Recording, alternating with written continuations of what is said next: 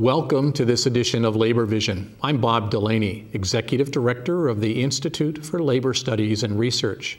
Labor Vision, a production of the Institute, focuses on topics of importance to working Rhode Island families. We hope you enjoy this evening's edition.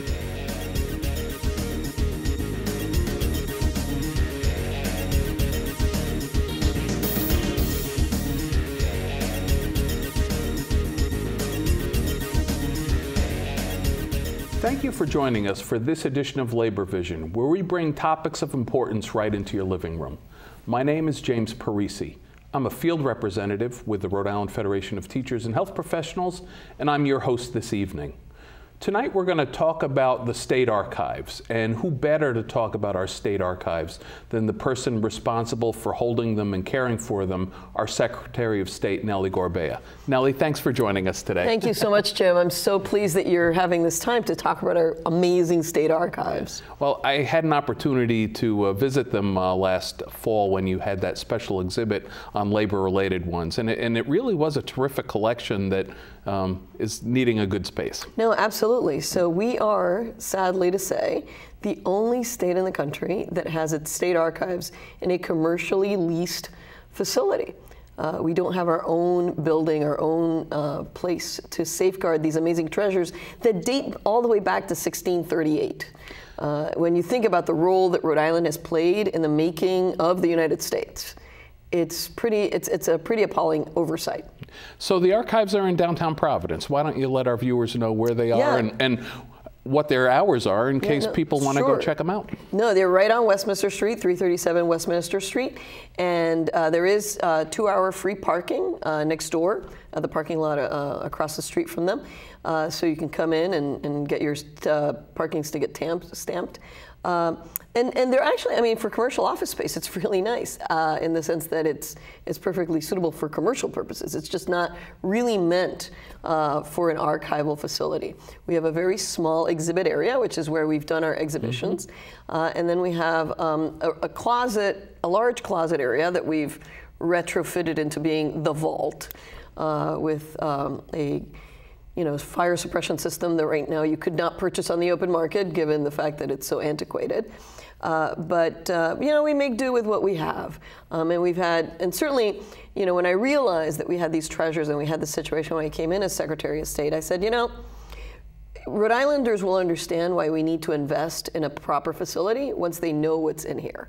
And so all of last year, we embarked on trying to do exhibits and activities that would highlight the treasures that we had. And so the evening that you came to our exhibit, that was the Laboring for Justice one, that was one of 4 different exhibits that we did that we entitled An Exploration of Activism.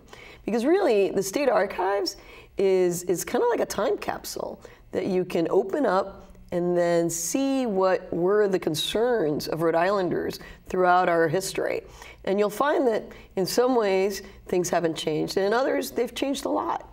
The one on Laboring for Justice had petitions to the General Assembly, just like citizens petition today, at that time arguing for the creation of a government entity that would do oversight over businesses that were violating the law on child labor and other situations. We didn't always have a Department of Labor, and it took legislation to get there, and it took people advocating for that legislation before the politicians would take it, and your exhibit told that story. Exactly, and really, I mean, it goes to the point where, change can happen, but we need to have informed and concerned citizenry that takes action. And what the archives gives us is those moments in history where they've done that. The first one of those exhibits was on African American history, and we talked about, yes, the Black Regiment, the Civil War, which some of your viewers may know about, but we did that history at the same time as we also spoke to the history of, civil rights. Even as early as the Civil War, there were people arguing that African Americans had a right to public education, had a right to marry whoever they wanted. And so then the third one was on World War I, and we focused part of the exhibit on the role that women took during the war. because that's also sometimes we sort of segregate our histories, and that was kind of neat to be able to fold them together. And then the final one was on the U.S. Constitution, and Rhode Island being a state where we did not have the General Assembly ratify the Constitution. In fact, the General Assembly sent it down to the communities, and the communities overwhelmingly voted not to ratify the Constitution, because in turn we had the Royal Charter, which had greater rights than what was trying to be provided in the Constitution. I think that's one of the important stories of the founding of this country, is Rhode Island holding out of approving the U.S. Constitution in the first place. And how else can you tell that story but having a place to do it? No, I know. And there's so many other things. I mean, we have one of the original handmade copies of the Bill of Rights. One was given to every colony. One was given to every state, I should say, because we were states by then. We have the Gaspee Commission from the King ordering that these men be found that had burned the Gaspee, with an amazing wax seal that's preserved amazingly. But those things are not on exhibit because we just don't have the space and the proper protections for them. So how long have you been in the location you're at? What's the story about that location? Yeah. And then we'll talk about where to go from here. So back in the 90s, the state archives were over with the basement of what's today the Veterans Memorial Auditorium. And there was a fire. And so they were hastily all boxed up and relocated to this commercial space. So we've been basically 3 decades in this area. And the point being now that we really need to take care of these documents. And so what I set about doing was, okay, given that preserving these documents is not an inexpensive proposition, you have to have specially designed mechanical and electrical kind of systems. Your viewers that are in the trades will know what I'm talking about. So it's not a normal building by any chance. Then let's make sure that we leverage the building of this as much as possible. So initially I had the Rhode Island Foundation gave us a grant the second year of my administration to survey with the City of Providence, the Judicial Archives area, and also the Rhode Island Historical Society, to see how many other things they had that maybe could be also stored in this specialized vault. So not just the documents that you possess as Secretary of State, but a broader community that could all then pool their precious artifacts together in one place. That's right. And then as I got to talking with people, it was actually Speaker Mattiello who said, well, why just the City of Providence? Why not all communities? And I said, you absolutely have a really good point. So we've built into the design of this basically a community vault, so that anybody, any community that has some sort of really precious documents that need to be stored in this kind of special conditions can petition and store them with us. We already have, for example, the Portsmouth Compact that we actually take care of for them. So this is not by far a stretch. And leverage the fact that we're building this facility. We've also managed to continue our relationship with the Rhode Island Historical Society, because they are really good at the educational piece of historic preservation and historic services. And the idea being that they would help manage the educational exhibits and also the after hours and things like that. So it's really a community enterprise that we're proposing. Now, following the Rhode Island Foundation study, we went ahead and we were able to obtain some monies in the budget to do a site assessment to figure out where was the best location. And what we've zeroed on is the grassy area right in front of, sort of diagonal from the Statehouse, but right in front of the Department of Administration and next to the Department of Transportation, that grassy area right there.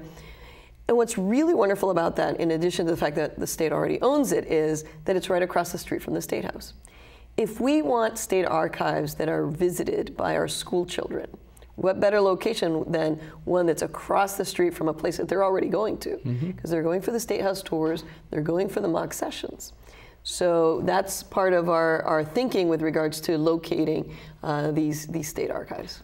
Is there any urgency, or do you have any kind of sense of urgency on getting out of the place you're in now? So thankfully, the place that we've been in is fine from just sort of a commercial perspective, but it really we would like to over the next several years move out of that into a permanent facility. And so we've petitioned the General Assembly to include in the capital budget about $5 million that could be one of about 4-year dedicated revenues from the capital budget to be able to build this facility. So our viewers have learned on this show in past sessions, past programs, that sometimes states float bonds and you put bonds on a ballot. That's not the route you're taking. Could you explain to our viewers what the capital budget is and what the funding mechanism of this project would be? So the state always puts together a general fund budget for the general operating expenses and then a capital budget,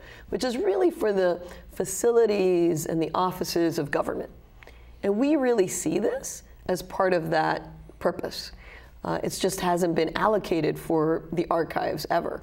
So we're hoping to use those monies as opposed to going for a special debt, sort of an additional debt that competes with other initiatives, but rather to see this as part of what government needs to provide for the safekeeping of treasures that it holds. And you've proposed in the current budget that's being deliberated by the General Assembly, some money set aside to begin this project. Yes. How long would the project take? It would probably take some 3 years, I think, approximately. I think our funding goes 4 because that's sort of how it works. But the idea would be, yes, to keep it going. We would need an allocation in this year's capital budget. I've requested $5 million to keep it going. It's, like I said, it's something that we've been really well prepared for. We have done the cost estimates. We've got a lot of work that's been put into it and thoughtful work that's been put into it. I think as Rhode Islanders see sort of the kinds of treasures that we have, it really makes a very compelling argument. One of the benefits of not bonding, but doing it this way, is you're not paying a lot of money on interest payments to finance this project. It's just going to be an ongoing commitment of state government to get this building built. That's correct. And I have to say, we do have plans for a Friends of the Archives that would help supplement on the programmatic side, and really take advantage of the place being an economic incubator of cultural and historic tourism, which I know you and I have spoken about. Really, these buildings are fantastic. It's a place from which tourists can say, oh wow, we can go to Newport, or we can go to Coventry, to Nathaniel Green's home, or we can go to Bristol. And so it's really a location from which to spur a lot of other economic development. We're seeing some interest from other donors, other people who would like to be friends of the archives to help support the exhibits that we have. And so I think it's a win-win, but the government needs to build the actual building itself. And in the last couple of minutes we have here, just give our viewers a sense of what the building is. What's your vision? What have you proposed to be funded? So our sort of back of the envelope kind of design would be basically a 4-story building where the first floor would be exhibit space, meeting areas. Second floor would include the vault and specialized reference areas so that you can separate the researchers from where the kids are in school activities. You have a third floor of office space as well as preservation to deal with specific documents. Sometimes you have to treat them in a certain way. And then, so that's basically a 3 to 4 story building, nothing too large, really. And this would be an ideal location, centrally located for school visits as well. That's right. That's part of your plan. Yeah, that's to me is really important because we have to give kids, Rhode Islanders, a sense of what an amazing history they're a part of. If I want kids to vote eventually when they're adults, they need to feel part of a community. And this building is really designed to help kids find themselves within the context of a greater history. Secretary of State, I can tell your enthusiasm for this project is terrific, and I wish you great luck in seeing the project through. Thank you for joining us this evening. Thank you so much. And thank you for joining us for this edition of Labor Vision.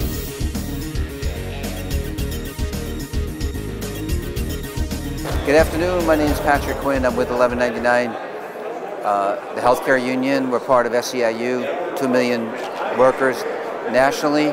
We're here today to lift up the impact that the Medicaid program has on all sectors of the healthcare economy, including home care, hospitals, nursing homes, community health centers.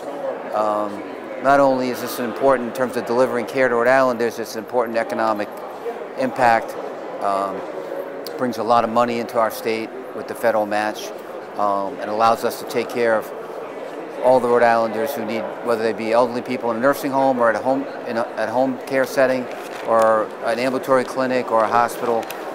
We're there for you when you and your family needs healthcare services, and we want to make sure that these are valued living wage jobs so that people can continue to do this work, which is really important and really valuable to our families, and obviously to our elderly, our newborns, and everyone in between.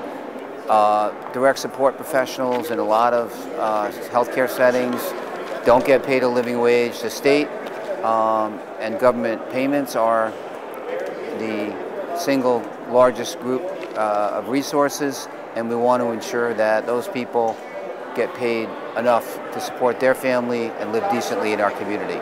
That's the way to build a strong care infrastructure as we approach the point where 1 in 4 Rhode Islanders will be over 65 by the year 2035. So thank you for listening, and I hope you can support your nurses, your CNAs, your home health aides, and all those folks that take care of people who can't always take care of themselves.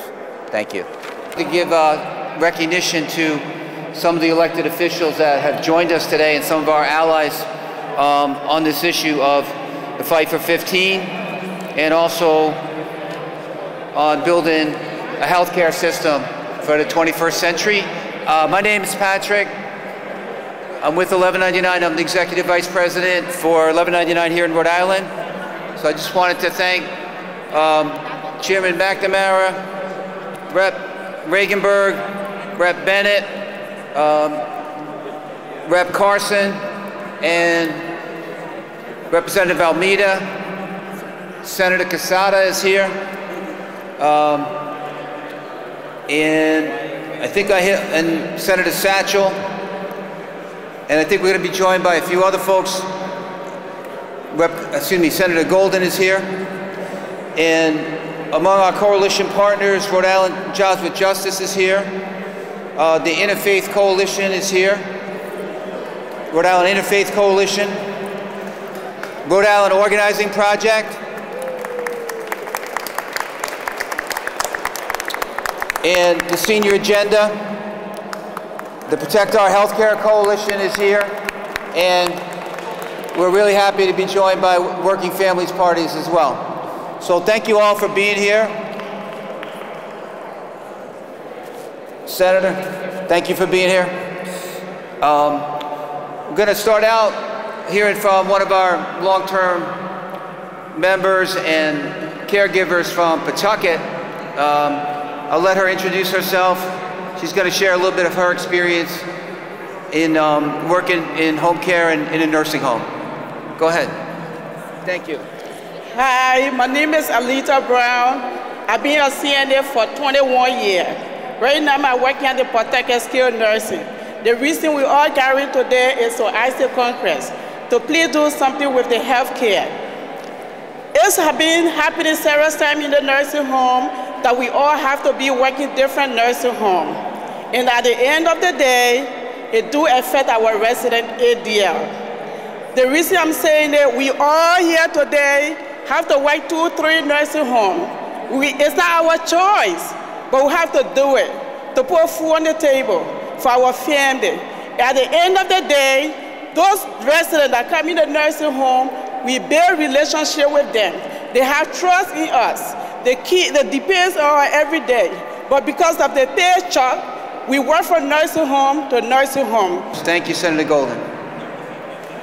Thank you. It's great to be with all of you here today. Thank you to all of my colleagues in the House and Senate who are here. And thank you for all of those who have come out today to talk about why we need to protect Medicaid and ensure that CNAs and caregivers in our state are paid a fair and adequate wage. These are the women that take care of all of us. They take care of our loved ones. As the previous speaker just said, we trust them. We have to trust them to be there every day, taking care of the people we love, helping them bathe and eat and be able to live their full lives even as their lives decline. and they deserve to be paid fairly for that work. We also need to ensure that we have a Medicaid system that is there for them and is there for all people who need health care, because that health care is a human right, and we need to make sure we put money in this state in the right place. So thank you so much for being out today, and congratulations to all of you for this wonderful event. It's so great to see all of you, and it's also so great to see so many organizations out here with SEIU as well, to stand in partnership with labor, to say that this is not just about SEIU and it's not just about CNAs, this is about caregiving, and we all care about that. Thank you. Thank you, Senator Golden. Appreciate all your efforts around TCI and caregiver insurance. Thank you. Great work. I just want to give a shout out because a lot of people just joined us. I know some people here from Greenville, right? From Hopkins, from Pawtucket, Bannister, right? Pawtucket, yeah, Pawtucket's in the house, yep. And Charlesgate, there's some Charlesgate people here too, right? So people are coming in because they've actually just got out of work a few minutes ago and came down here looking forward to talking to some of their reps and senators and explaining the importance of this issue. Right now I'd like to introduce Cindy, who's a home care worker, who's going to talk to us about that job and the struggles and challenges she faces to take care of people in their home.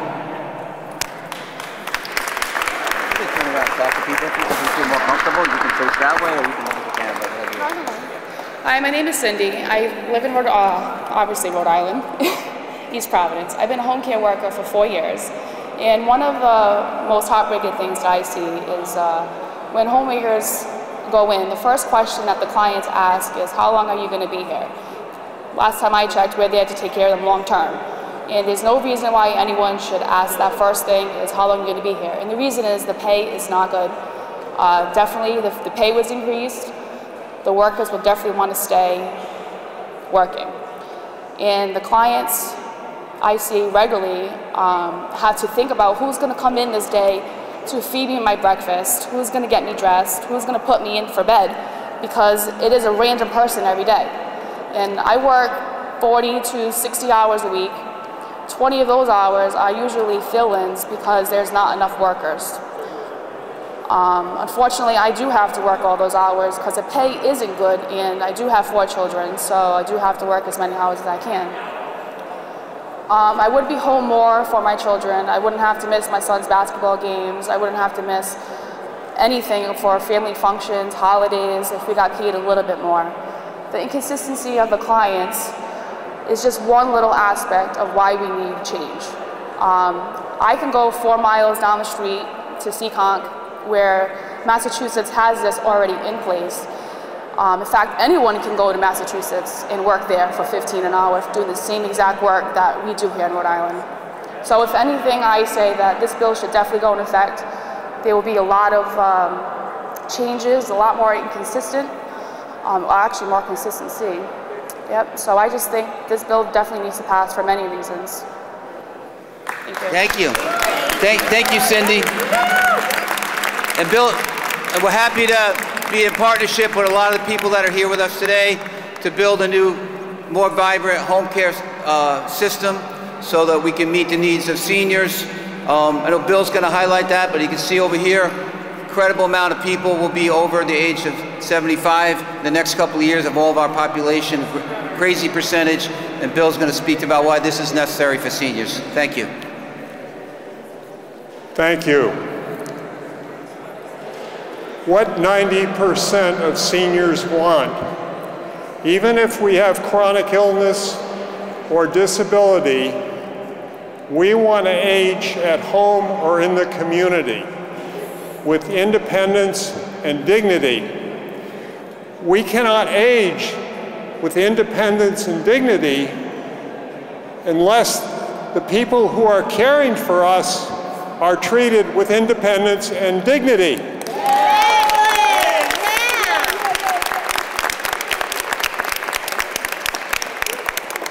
Which means a living wage. We are proud to have joined a campaign for an independent provider network as an option.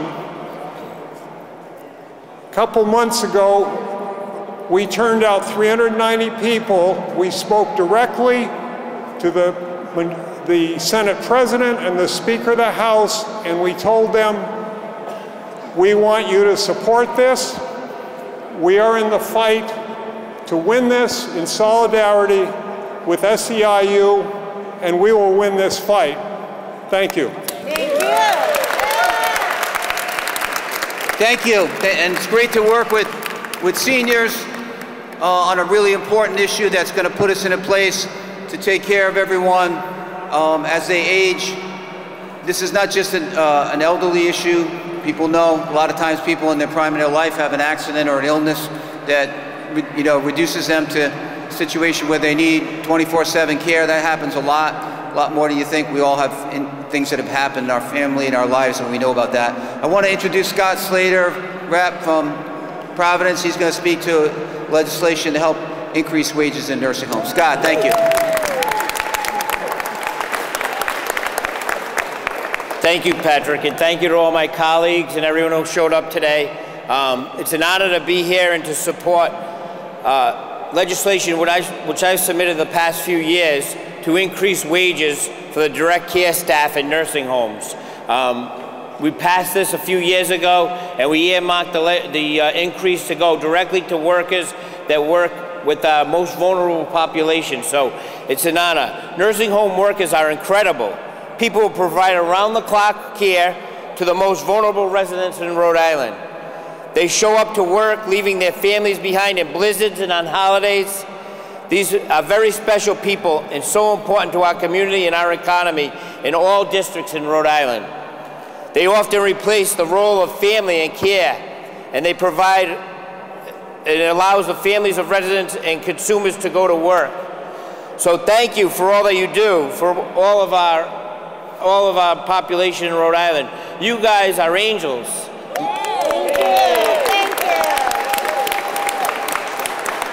The time is now to implement policies that will help these workers better support themselves and their families. It is time nursing home workers earn a living wage. So,